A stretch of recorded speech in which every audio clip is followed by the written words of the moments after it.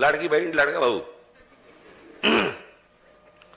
लाडकी बहीण आणि लाडका भाऊ एकत्र आले असते, दोन्ही पक्ष टिकले असते.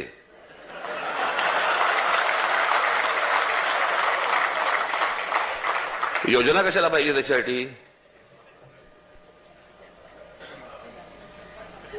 बहिणीला 1,500 रुपये देणार आणि काहीतरी काहीतरी असंच आहे ना, 1,500 रुपये महिन्या वगैरे आहेत का पैसे मुळात राज्य सरकारकडे? आता तिन्ही माननीय राज ठाकरे साहेबांनी काय बोलायचे, त्यांना व्यक्ती स्वातंत्र्य आहे, भाषा स्वातंत्र्य आहे, त्यांनी बोलावं.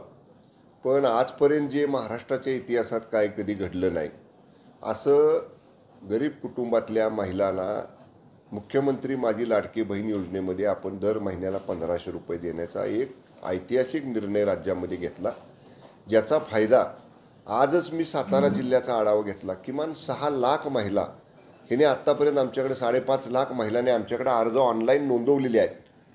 इतक्या मोठ्या प्रमाणात गोरगरीब महिलांना जर 1,500 रुपये महिन्याला मिळणार आहेत, तर त्याचं अशा पद्धतीनं त्याच्यावर टीका करायची हे योग्य नाही. एका पक्षाचे राज ठाकरे प्रमुख आहेत, जे माननीय मुख्यमंत्री चांगलं करतायत, चांगल्याला चांगलं म्हणायची संस्कृती महाराष्ट्राची आहे, ती राज ठाकरे साहेबांनी जपावी.